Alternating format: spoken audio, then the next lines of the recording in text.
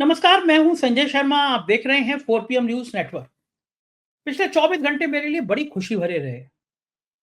मेरे कई संघ और भाजपा से जुड़े लोगों ने मुझे एक मैसेज भेजा। मैसेज आप देख रहे हैं, उसमें लिखा था कि किस भारत के प्रधानमंत्री का दुनिया के बड़े देशों का सबसे शिखर सम्मान मिला। कितने देशों?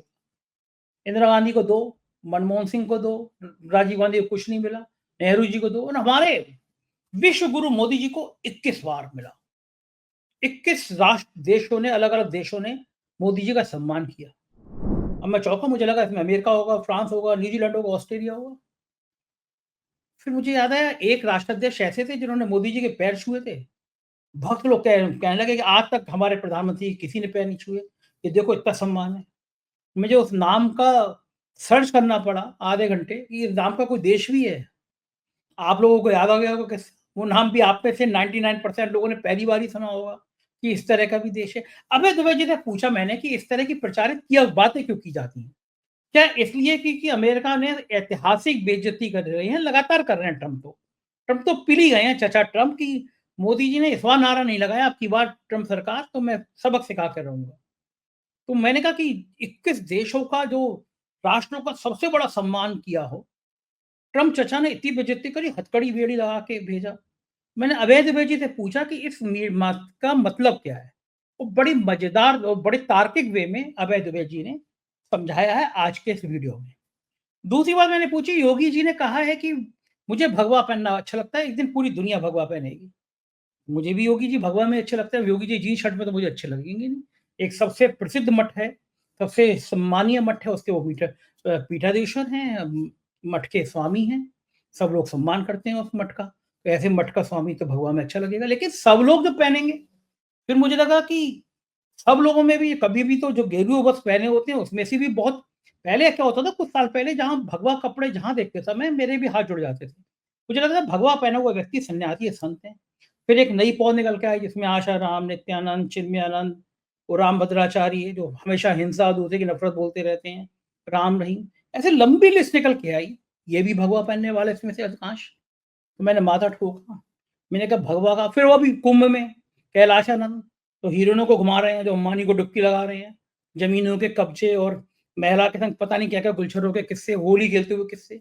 मैं कहा अब ये भगवा वाले कहाँ से श्रेणी में आएँगे? फिर मैंने अभय जी से पूछा कि सब भगवा पहनेंगे, तो पूर्वांचल का एक विधायक था, उसने छोटी सी बच्ची से बलात्कार किया था। अदालत से सज़ा हो गई थी, है तो भाजपा का, तो क्या वो भी भगवा पहनेगा? वो कुलदीप सेंगर भाजपा के विधायक उम्र कैद काट रहे हैं एक लड़की से बलात्कार में, क्या वो भी भगवा पहनेंगे? मैं तो बड़ा परेशान हो गया कि मेरे पास तो इस तरह की बड़ी अच्छी-अच्छी शर्टें हैं। अधिकांश काली शर्टें, काला रंग मुझे अच्छा लगता है, बाकी बहुत डिज़ाइनर शर्टें हैं। सब भगवा पहनेंगे तो कैसे लगेंगे? और फिर क्या यूपी के ब्यूरोक्रेट और यूपी के दोनों डिप्टी सीएम विधायक सब भगवा पहनेंगे? योगी जी ने कहा ना कि एक दिन सब भगवा पहनेंगे। तो इसका विश्लेषण किया हमने। हमने जानना चाहा कि इस तरह की बातें क्यों की जा रही हैं, कि मांसाहार बुरा है, शराब बुरी है। बहुत ही अलग स्टाइल की आज की बातचीत है, पूरी बात सुनेंगे तो मैं सब बता दूँगा, पर आप सुनेंगे क्या? आप चैनल को पहले जॉइन करिए, सब्सक्राइब करिए और आज की बातचीत ज़रूर सुनिएगा, क्योंकि आज की बातचीत भक्तों के सीधे दिल पे चोट करेगी। तो अगर आप भक्त हैं तो मत सुनिए, आप मुझे गाली देंगे, वैसे भी देते हैं, लेकिन आज के वीडियो को सुन के कुछ ज़्यादा गाली देंगे। हालाँकि मुझे कोई फ़र्क पड़ता नहीं है, लेकिन आपका थोड़ा ब्लड प्रेशर बढ़ेगा। मैं तो ऐसे ही हूँ, मुझ पे कोई फ़र्क नहीं पड़ता। तो चलते हैं अभय दुबे जी के पास। चैनल को जॉइन ज़रूर कर लीजिएगा, अगर आप मुझे पसंद करते हैं, सब्सक्राइब भी कर लीजिएगा। सुनते हैं अभय दुबे जी की बातचीत। 4 पीएम न्यूज़ नेटवर्क में स्वागत है अभय दुबे जी आपका। सोशल मीडिया पे एक मैसेज वायरल हो रहा है। कुछ संघ के और कुछ भाजपा के नेताओं ने मुझे भेजा है। ये मैं उसको दिखा रहा हूँ और अभी मैं अपने स्क्रीन पे इसको लगवाऊँगा अभी। उसमें लिखा है कि हाईएस्ट स्टेट ऑनर, दुनिया में सबसे ज़्यादा ऑनर जो मिला किस प्राइम मिनिस्टर को मिला? उसमें लिखा हुआ है कि मनमोहन सिंह को 2 बार, इंदिरा गांधी को 2 बार, जवाहरलाल नेहरू को 2 बार, राजीव गांधी को कभी नहीं मिला, लेकिन हमारे मोदी जी को 21 बार मिला। यानी दुनिया में सम्मान का डंका बजा दिया है उसने। दुनिया में प्रधानमंत्री जी को इतना सम्मान मिला है कि किसी और को नहीं मिला। तो मुझे अलग-अलग जो संघ बीजेपी के लोग हैं वो कह रहे हैं देखो ये होता है।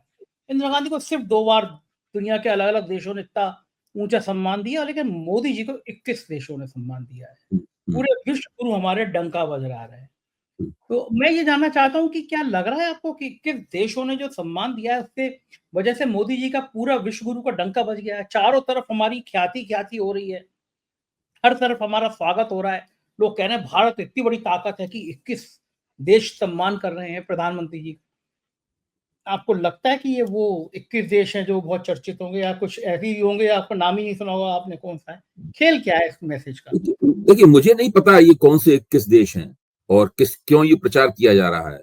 अगर इस प्रचार में कोई दम होती तो ये बात अब मेरे ख्याल से अखबारों में आ गई होती। मैं अखबारों को अभी भी गंभीर पत्रकारिता का एक मुकाम मानता हूं। अंग्रेजी के अखबारों में आ गई होती, हिंदी के अखबारों में आ गई होती। भाई, हमारे प्रधानमंत्री को अगर दूसरे देश 21 बार सम्मानित कर रहे हैं तो ये एक महत्वपूर्ण तथ्य है। ये तथ्य अखबारों ने अभी तक छुपा क्यों रखा है? और ये तथ्य अभी तक सरकारी टीवी पे भी नहीं आया कि 21 देश ये। सम्मानित कर हाँ, रहे हैं। हाँ, ये तथ्य अभी उस पर भी नहीं आया।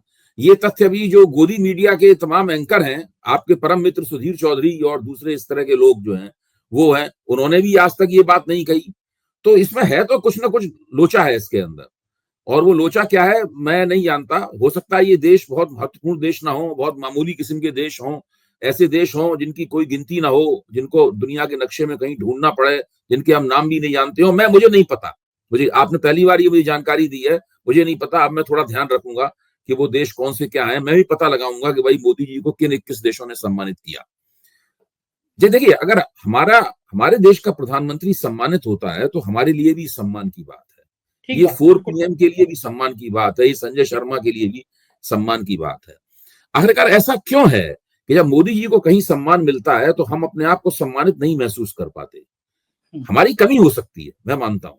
हमारी कमी हो सकती है कि हम बहुत ज्यादा, हमें आलोचना करने का शौक है, हम बहुत मोदी जी की टांग खींचते हैं, हमें उनकी सरकार और उनके शासन में बहुत खामियां निकालते हैं। हम बार बार यही याद दिलाते रहते हैं, देखिए देखिए 2024 में आपका बहुमत चला गया, आप पूर्ण बहुमत की सरकार थे लेकिन अब आप गठजोड़ सरकार चला रहे हैं। ये हमारी खामियां हो सकती हैं। लेकिन मैं कुछ सवाल पूछना चाहता हूं इस बहाने। वो सवाल ये है कि जब से डोनाल्ड ट्रंप ने 20 जनवरी को अमेरिका में राष्ट्रपति पद की शपथ ली है, कौन कौन से देशों के नेता डोनाल्ड ट्रंप से मिलने अमेरिका गए? मुझे जहां तक याद पड़ता है कि केवल 3 सर्वोच्च नेता डोनाल्ड ट्रंप से मिलने अमेरिका गए। एक का नाम है जेलेंस्की, दूसरे का नाम है नेतन्याहू और तीसरे का नाम है नरेंद्र मोदी। नेतन्याहू इजराइल के नेता हैं। इजराइल का पूरा अस्तित्व अमेरिका की कृपा पर निर्भर है। जिस दिन अमेरिका अपना हाथ खींच लेगा उसी दिन अरब देश इजराइल को खत्म कर देंगे, तकरीबन खत्म हो जाएगा, दुनिया से वजूद उठ जाएगा उसका। उन्हीं की हर चीज उन्हीं अमेरिका की वजह से टिकी हुई है। और अमेरिका के और नेतन्याहू के संबंध ऐसे हैं, डोनाल्ड ट्रंप के, अगर अगर इस तरह से कोई बॉस अपने सबॉर्डिनेट को बुलाता है, उस तरीके से डोनाल्ड ट्रंप व्हाइट हाउस में बैठकर उनको बुलाते हैं और वो तेल अवीव से, इजराइल की राजधानी से दौड़े हुए जाते हैं व्हाइट हाउस में हाजिरी बजाने के लिए। ये है उसका संबंध। दूसरे हैं जेलेंस्की। हम जानते हैं कि जेलेंस्की जब अमेरिका गए तो ओवल ऑफिस में राष्ट्रपति डोनाल्ड ट्रंप और उपराष्ट्रपति वांस ने उनके साथ क्या सलूक किया, किस कदर उनको डांटा फटकारा गया, उनको अपमानित किया गया। वो अपना प्रोटेस्ट दर्ज करते रहे लेकिन बहुत बुरी तरह उनको अपमानित किया गया। वो खाना खा के आ रहे थे, डेजर्ट खाने की बारी थी, डेजर्ट नहीं खा पाए बेचारे, मिठाई नहीं खा पाए और डांट खानी पड़ी।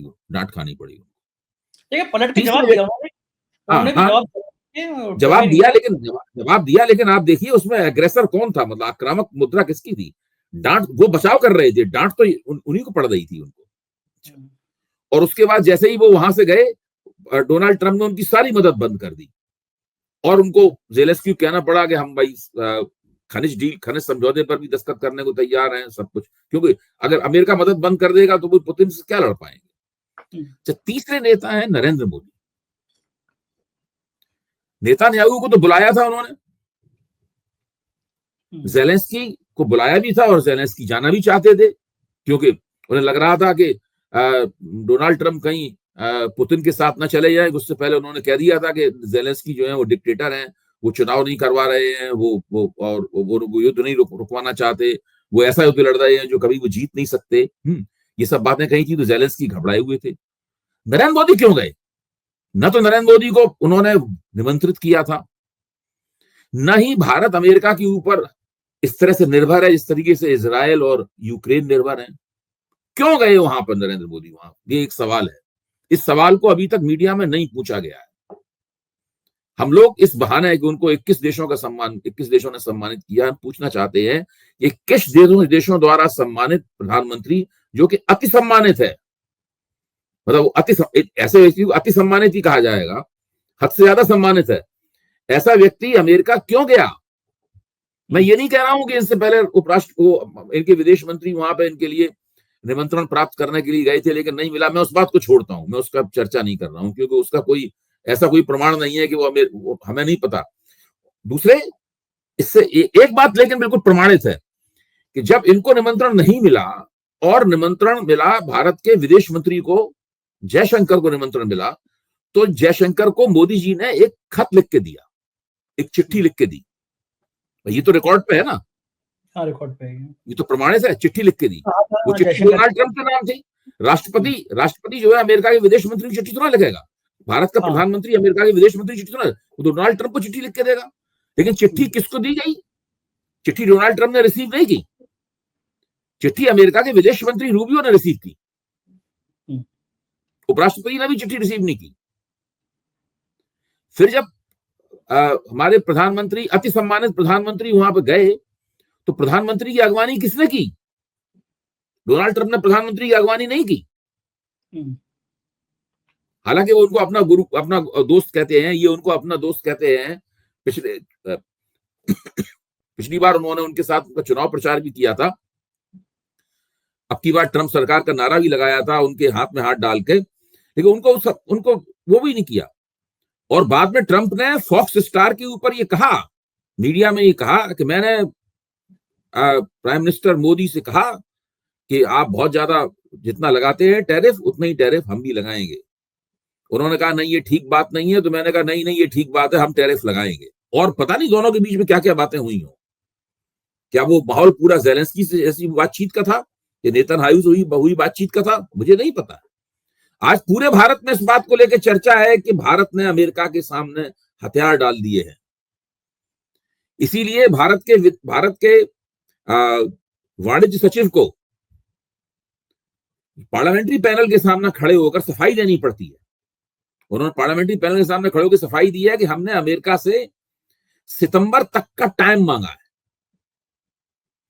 आप सोचिए, सितंबर तक, अभी फरवरी मार्च चल रहा है, यानी अप्रैल मई जून अगस्त सितंबर, यानी 5 महीने का टाइम इन्होंने डोनाल्ड ट्रंप से मांगा है। भारत ने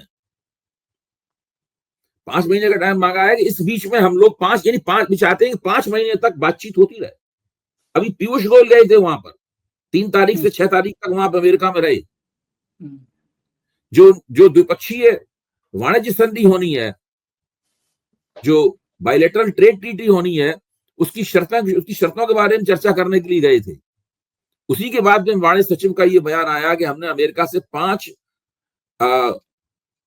सितंबर तक की मोहलत मांगी है कि सितंबर तक आप कोई टैरिफ न लगाएं। ट्रंप ऐलान कर चुके हैं कि 2 अप्रैल को वो टैरिफ लगा देंगे।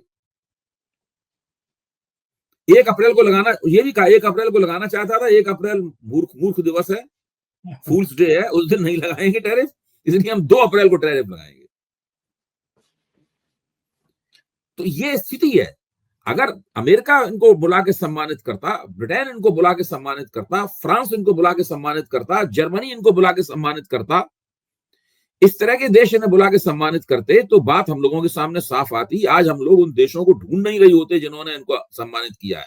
इसलिए आज से हम लोग इन्हें अति सम्मानित प्रधानमंत्री कहकर बुलाएंगे। ये भी सही है, हम लोग कहना चाहिए भाई अति सम्मानित प्रधानमंत्री। भाई 21 देशों का सम्मान कोई कमाल है, कुछ तो हमें ध्यान रखना चाहिए इसका। ये अति सम्मानित प्रधानमंत्री है। और इतने अति सम्मानित प्रधानमंत्री जी जैसे अमेरिका से लौटे, उतने ही सम्मान पूर्वक उन्होंने भारतीय वापस कर दिया, हथकड़ी और बेड़ी में डाल के।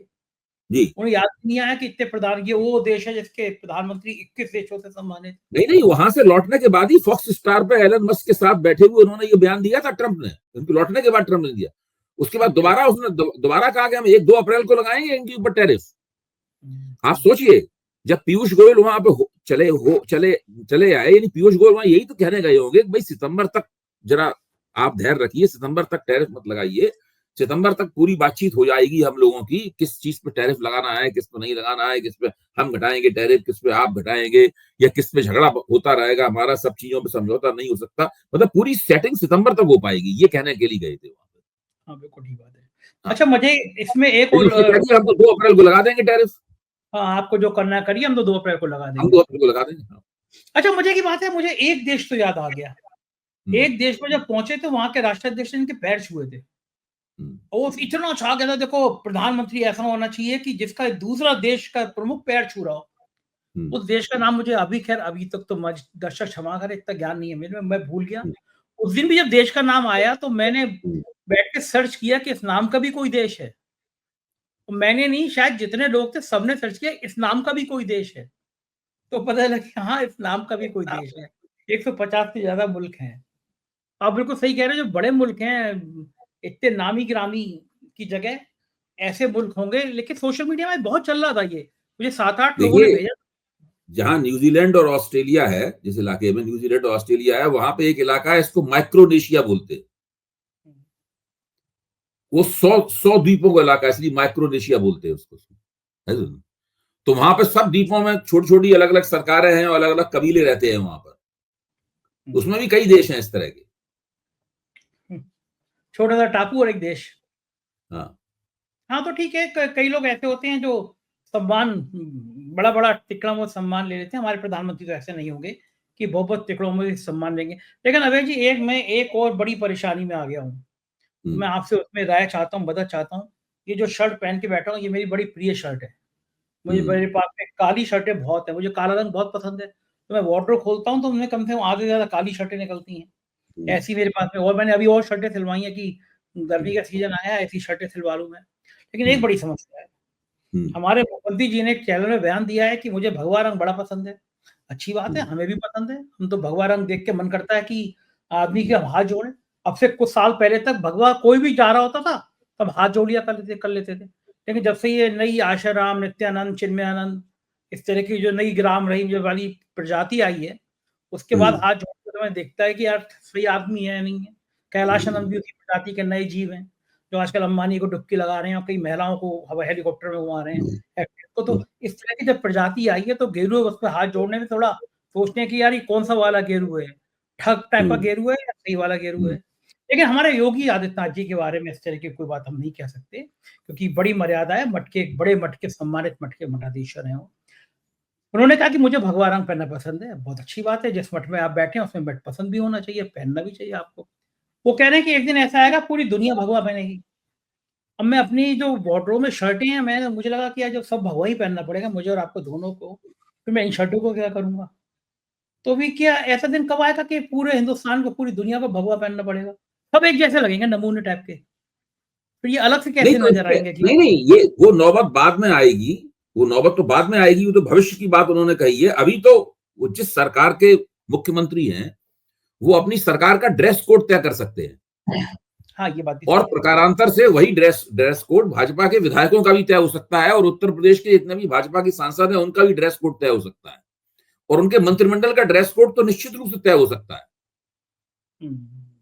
भाई अगर भगवा सारी दुनिया पहनेगी तो उनके तमाम मंत्री भगवा क्यों नहीं पहनेंगे? उनके तमाम विधायक भगवा क्यों नहीं पहनेंगे? उनके तमाम सांसद, चाहे राज्यसभा के हों चाहे लोकसभा के हों, वो क्यों नहीं भगवा पहनेंगे? जो विधान परिषद के सदस्य हैं भाजपा के, वो भी भगवा पहने। ये बात भी ठीक। सभी लोग भगवाधारी हों। अगर भगवा पहनना इतनी महत्वपूर्ण चीज है, अगर भगवा पहनना ही लोकतंत्र की जो क्वालिटी है उसकी नुमाइंदगी करती है, भगवा पहनना ही नुमाइंदगी करता है लोकतंत्र की गुणवत्ता का, क्वालिटी का, तो सब लोगों को भगवा पहनना चाहिए। दूसरे जो सरकारी स्कूल हैं उसमें बच्चों के लिए भगवा ड्रेस कोड बनाया सकता है, कम से कम उनकी शर्ट भगवा हो। सरकारी स्कूलों में सब जगह भगवा लोग पहनेंगे। ऐसा क्यों नहीं हो सकता? हाँ, ये आइडिया जाना चाहिए। दूसरे, राष्ट्रीय स्वयंसेवक संघ को भी सोचना चाहिए कि उनका किसी भी सरसंघ चालक ने आज तक भगवा नहीं पहना है। हाँ, सफेद शर्ट और काली टोपी और वो भगवा ध्वज को प्रणाम जरूर करते हैं, भगवा ध्वज प्रणाम जरूर करते हैं, लेकिन न तो केशवराव बलिराम हेडगेवार भगवा पहनते थे, न माधवराव सदाशिवराव गोलवलकर भगवा पहनते थे, न रज्जू भैया भगवा पहनते थे, न सुदर्शन भगवा पहनते थे, और न ही देवरस बाला साहब देवरस भगवा पहनते थे, और न ही मोहन भागवत भगवा पहनते हैं। भगवा टोपी भी नहीं लगाते, उनकी टोपी भी काली है। जो पैंट पहनते हैं वो खाकी है, ऊपर जो कमीज पहनते हैं वो सफेद है। भगवा कहाँ है? अच्छा, अब यहीं पे मैं चाहता हूं आपका ध्यान, क्योंकि आपने भगवा वाली बात कही है और ये बात उन्होंने राष्ट्रीय स्वयंसेवक संघ के कार्यक्रम में कही है। देखिए, कार्यक्रम राष्ट्रीय स्वयंसेवक संघ का था, इसीलिए बार बार कह रहा हूं, संघ के लोगों को योगी जी की बात से आखिरकार संघ और योगी जी में कोई, संघ का हाथ योगी जी की पीठ पे है, और योगी जी अगर योगी संघ की ताकत नहीं होती, योगी जी अभी उत्तर प्रदेश के मुख्यमंत्री ना होते इस वक्त। अभी वो गोरखपीठ में बैठे हुए कर्मकांडों का नेतृत्व कर रहे होते, सरकार का नेतृत्व करने की बजाय। तो उन्हीं की वजह से है। तो संघ को चाहिए कि भाई, संघ के कार्यक्रम में ये कहा गया है, संघ इसके ऊपर सोच रहा होगा कि ये व्यक्ति उन्हीं के द्वारा प्रायोजित व्यक्ति है, प्रायोजित नेता है, जो ये कह रहा है कि सारी दुनिया भगवा पहनेगी। तो इरादा क्या है? भगवा का जो ओवरडोज देना चाहते हैं ये, वो ओवरडोज क्या संघ की जो रीति नीति है उसमें फिट बैठता है? जिस दिन से कांवड़ यात्रा में उन्होंने जो मालिकों के नाम लिखने के लिए, जो खाने पीने की दुकानों में मालिकों के नाम लिखने के लिए उन्होंने कहा था, उसके बाद से आज तक देख लीजिए, वो राजनीति में सांप्रदायिकता की बहुत ऊंची खुराक इंजेक्ट कर रहे हैं। इतना जबरदस्त ओवरडोज दे रहे हैं सांप्रदायिकता को, प्रतिदिन प्रतिक्षण लगातार प्रक्रिया चल रही है। मेरा तो मानना है कि राष्ट्रीय स्वयंसेवक संघ इस बात के बारे में सोच रहा होगा। संघ सांप्रदायिक राजनीति के लिए जाना जाता है, लेकिन सांप्रदायिकता की इतनी बड़ी ओवरडोज के लिए नहीं जाना जाता। संघ जो है एक धीरे धीरे सांप्रदायिकता के छोटे छोटे खुराकें देता है, छोटी छोटी खुराक इंजेक्ट करता है संघ, क्योंकि वो जानता है कि बड़ी खुराक इंजेक्ट करने से के खिलाफ प्रतिक्रिया होती भी है। हाँ, और लोग उससे नाराज हो जाते हैं। हम लोगों ने उसका जिक्र भी किया था, कल आपसे बातचीत हुई थी, उसमें हम लोगों ने एक मैंने प्रमाण भी पेश किया था। और ये असंभव है कि अगर आप किसी समाज में सांप्रदायिकता की इतनी जबरदस्त खुराक अगर दें आप, तो वहां पर आपके समर्थक भी एक बार सोचने लगते हैं कि भाई इसकी क्या आवश्यकता थी, क्योंकि सब लोग चैन से रहना चाहते हैं। कोई ये नहीं चाहता उसका खून हमेशा खौलता रहे। जिस व्यक्ति का खून हमेशा खौलता रहेगा उसको दिल का दौरा पड़ जाएगा, वो बाईपास सर्जरी कराते हुए नजर आएगा अपनी। कोई समाज नहीं चाहता उसकी बाईपास सर्जरी हो जाए। योगी जी तो हिंदू समाज की बाईपास सर्जरी करवा देना चाहते हैं, उसको इस स्तर पर पहुंचा देना चाहते हैं कि उसकी बाईपास सर्जरी हो जाए। ये संघ इसको सोच रहा होगा, मेरा मानना ये है। बिल्कुल ठीक बात है। और दूसरी बात एक चीज और है कि जैसे मैंने कहा ना कि वर्गीकृत होता है। मान लीजिए सब गेरुए पहने होंगे तो ये आशाराम, नित्यानंद, चिन्मयानंद, कैलाशानंद, राम रहीम, फिर ये सब अलग कैसे नजर आएंगे? ये सिर पे कोई अपनी वो लगाएंगे बढ़िया सी टोपी वोपी, या कि भैया ये वाले, ये असली वाले भगवा वाले हैं, हम लोग तो केवल मजबूरी वाले पहना दिया, डांट डपट के भगवा नहीं पहनोगे तो बंद कर दिए जाओगे, हमारी यूनिफॉर्म है। उनके लिए कुछ अलग से ऐसा चिन्ह कर दिया जाएगा इन महान संतों के लिए जो मैंने नाम बताए आपके लिए। दूसरी बात एक और है, हाँ बोलिए। एक बात और है, एक विधायक है पूर्वांचल से आते हैं, एक छोटी सी बच्ची का बलात्कार किया, भारतीय जनता पार्टी के विधायक थे, फिर सजा हो गई तो वो विधायक ही चली गई, लेकिन है तो भाजपा के ही, तो भाजपा के ही है। एक उन्नाव के विधायक है सेंगर, तिहाड़ जेल में है, उम्र कैद की सजा काट रहे हैं, एक बच्ची से बलात्कार, है तो भाजपा के ही। तो ये लोग भी फिर क्या गेरू वस्त्र नहीं पहनेंगे, या ऐसे लोगों के लिए गेरू वस्त्र मना होगा? उत्तर प्रदेश में तो भाजपा का ड्रेस कोड गेरुआ ही होना चाहिए, भगवा ही होना चाहिए। अच्छा, एक और मजे की बात आपको, एक और आप उनकी तरफ से डिमांड कीजिए, मांग कीजिए। एक और बड़ी आपको मजेदार बात बताता हूँ, अपने दर्शकों को मजेदार बात बताता हूँ। मेरे ब्यूरोक्रेट से बड़े अच्छे दोस्त थे, मतलब मैं घमंड तो नहीं कर रहा, लेकिन शायद पत्रकारों में सबसे ज्यादा दोस्ती मेरी ब्यूरोक्रेसी कि इस सरकार में भी योगी जी के नाक के बाल जो अफसर होंगे, उनमें वो भी मेरे मित्र होंगे, चुपचाप कहीं ना कहीं मुझे कुछ ना कुछ बातें बताते रहते हैं। जब आईएएस वीक हुआ करता था, उसमें पूरे प्रदेश के सबके आईएएस इकट्ठे हुआ करते थे, 3 या 4 दिन का वीक होता था। उसमें सब लोग बैठते थे, डिस्कशन करते थे, आईएएस एसोसिएशन की मीटिंग होती थी, क्रिकेट का खेल होता था, एक दिन आईएएस का आपस में डिनर होते थे। तो उसका एक पूरी एसोसिएशन का, हर एसोसिएशन हर बड़ी संस्था की ऑर्गेनाइजेशन होती है, इसी तरह वीक मनाते हैं। तो उस वीक में एक दिन जब डिनर होता था, उसमें ड्रिंक्स होते थे, नॉन वेज होते थे। अब जब मुख्यमंत्री जी बने थे, तो शुरुआत में मुख्यमंत्री जी अपना सचिव किसको बनाए? शर्त उसमें ये थी, जहां तक मेरी जानकारी में आया है, कि वो ही योगी जी का सचिव बनेगा जो नॉनवेज ना खाता हो और जो शराब ना पीता हो। अब यूपी में तो लाइन्स लगा के ऐसे अफसर ढूंढने पड़ते थे। नॉनवेज और शराब तो छोड़ दीजिए, बड़ी संख्या में तो चरित्रहीन अफसर थे, जिनके चारित्रिक पतन की कहानियां थी। तो ये तो वो छोटी सी चीज थी। बड़े दिन तक अवैध की पोस्टिंग ना हुई। जिसके बारे में मालूम कराएं, वो कहे, अरे सर वो तो पूरी आधी बोतल पी जाता है, वो तो पूरा मुर्गा खा जाता है। फिर ये हुआ कि भैया इसी में से एडजस्ट करो। अभी भी जो मुख्यमंत्री के दाएं बाएं हैं, जो अफसर हैं, वो आराम से बढ़िया शराब पीने वाले और बढ़िया लजीज नॉनवेज खाने वाले हैं। कहाँ से लाए अफसर? लेकिन हुआ क्या, सबसे मजेदार जो बात बता रहा था मैं आपको, कि आईएएस एसोसिएशन की बैठक जब हुई, उसमें डिनर रखा गया, तो ये हुआ कि भैया इसमें से शराब और नॉनवेज हटा दो।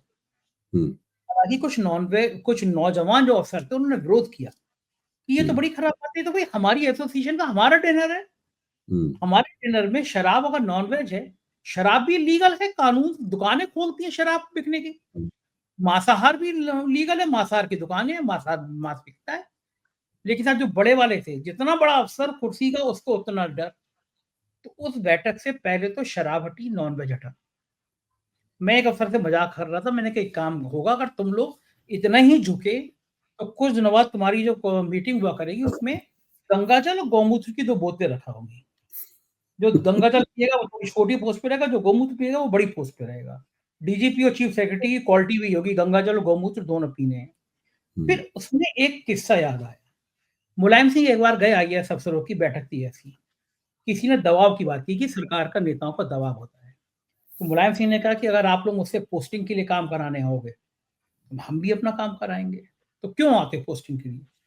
तो बात तो मुझे योगी आदित्यनाथ की भी ठीक लगी, भैया अगर पोस्टिंग चाहिए तो शराब भी छोड़ो, नॉनवेज भी छोड़ो। तो जो आप ड्रेस कोड की बात कर रहे थे, कितना अच्छा हुआ कि यूपी का डीजीपी भी भगवा में सैल्यूट करेगा और चीफ सेक्रेटरी भी सैल्यूट करेगा। ऐसा भी एक दिन आएगा। नहीं, आपने तो, मैंने जो बात सुझाव दिया था, आपने तो मुझे मसाला दे दिया कि मैं सुझाव का थोड़ा विस्तार कर दूं। जी। देखिए, इन लोगों को चाहिए कि ये उत्तर प्रदेश में जो मांसाहारी भोजन है, मांसाहारी आहार है, उसको प्रतिबंधित कर दें अरे और शराबबंदी घोषित कर दें। गुजरात, बहुत से, बिहार में शराबबंदी है, गुजरात में शराबबंदी है, मोदी जी तो वहीं से आते हैं। नीतीश कुमार ने बिहार में शराबबंदी की हुई है, बंसी लाल ने हरियाणा में शराबबंदी की थी। तो ये लोग शराबबंदी करते हैं उत्तर प्रदेश में। मुझे उन लोगों की कोई चिंता नहीं है जो मद्य प्रेमी है या मांसाहार प्रेमी है, मुझे लोगों की कोई चिंता नहीं है।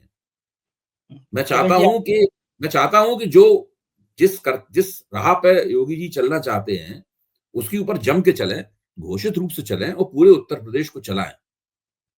अबे जी, बकरीद पे बड़े-बड़े कमेंट आए, जानवरों को मार के और वो करते हो, इस तरह कमेंट हर बार आते हैं बकरीद पे। तो मैंने उस दिन लिखा था कि मैं ब्राह्मण हूँ, मैं मटन भी खाता हूँ, मैं चिकन भी खाता हूँ, मैं तो बड़े का भी खा लूँगा कबाब, अगर बढ़िया मिलेंगे तो मुझे कोई आपत्ति नहीं, छोटे-बड़े का कुछ वो नहीं करता। फिर मैंने लिखा कि मैं जितने लोगों को जानता हूँ और खास तौर से जितने ब्राह्मणों को जानता हूँ, मेरे मित्रों में ब्राह्मणों में 90% मांसाहारी हैं। मैं कलकत्ता में गया, देवी माँ के आश्रम में गया, सबसे बड़ा सिद्धपीठ जहाँ रामकृष्ण परमहंस जी आराधना करते थे, वहाँ 2 खूंटे लगे थे, एक में बकरे की बलि दी जाती है, एक में भैंसे की बलि दी जाती है, प्रसाद में मिलता है। कामाख्या देवी पे लगातार बकरे कटते रहते हैं। तो मांसाहार तो मुझे नहीं लगता कि कहीं वर्णन है कि मांसाहार पाप है। आप ऐसी बात करके जैसे बढ़िया नहीं, मटन प्रेमी, देखिए योगी जी जो हैं वो उत्तराखंड के रहने वाले हैं। वहाँ तो खूब खाया जाता है। हाँ, योगी जी उत्तराखंड के रहने वाले। उत्तराखंड में तो ब्राह्मण राजपूत जाति के हैं। उत्तराखंड के राजपूत और ब्राह्मण दोनों मांसाहारी होते हैं, अनिवार्यता। हाँ, वहाँ तो खाते ही खाते घर हैं। की महिलाएं भी मांसाहारी होती हैं, वहां पे ऐसी बात नहीं है। बहुत से घरों में ऐसा मिल जाएगा कि महिलाएं मांस बना देती हैं, पुरुष खाते हैं, वो खुद शाकाहारी होती हैं। आमतौर पर उत्तराखंड में स्त्रियां पुरुष सब लोग मांसाहारी हैं। जो वहाँ तो दोनों शराब ऊंची भी जातियां हैं देश की, दोनों शराब भी मांसाहारी होते हैं। इसी शराब तरह भी पी उत्तर प्रदेश का जो राजपूत समाज है, वो बहुत बड़े पैमाने पर शौक से मांस खाता है, शौक से। हाँ, नवरात्रि में भी बलि दी जाती है, आप नवरात्रि में। हाँ, आप केवल नवरात्रि 365 दिन मांसाहार होता है।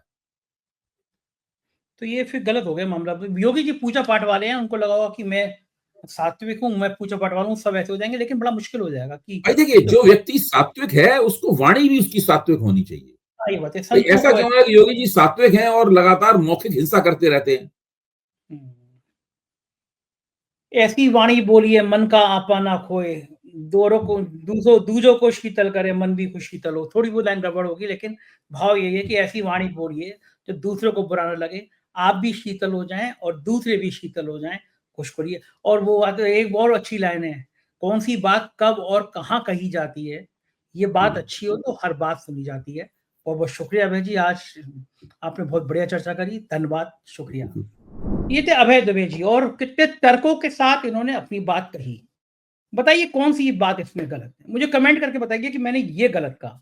ब्राह्मण मेरे सारे दोस्त ब्राह्मण मांस खाते हैं, तो क्या ब्राह्मण रहेंगे नहीं क्या? अब मैंने ब्राह्मण कुल में जन्म लिया है, लोग कहते हैं तुम्हारे कर्म ही ब्राह्मण नहीं है, तुम सब जातियों की समानता की बात करते हो, तो मैं मरते मर जाऊंगा। मैं, मेरे लिए तब भी पिछड़े दलित मुसलमान सब ब्राह्मण जैसे ही हैं। मेरे लिए कोई किसी व्यक्ति में भेद नहीं है। मुझे लगता है हर व्यक्ति ईश्वर का बनाया हुआ है, बराबर के भाव का बनाया हुआ है। तो अब मैं अगर ऐसा हूं तो क्यों हूं, या तो आप समझ सकते हैं, क्योंकि मेरी मानसिकता ही ऐसी है। आप बताइएगा अगर मैंने कुछ गलत कहा हो तो, सही कहा हो तो कमेंट जरूर कीजिएगा। शुक्रिया, थैंक यू।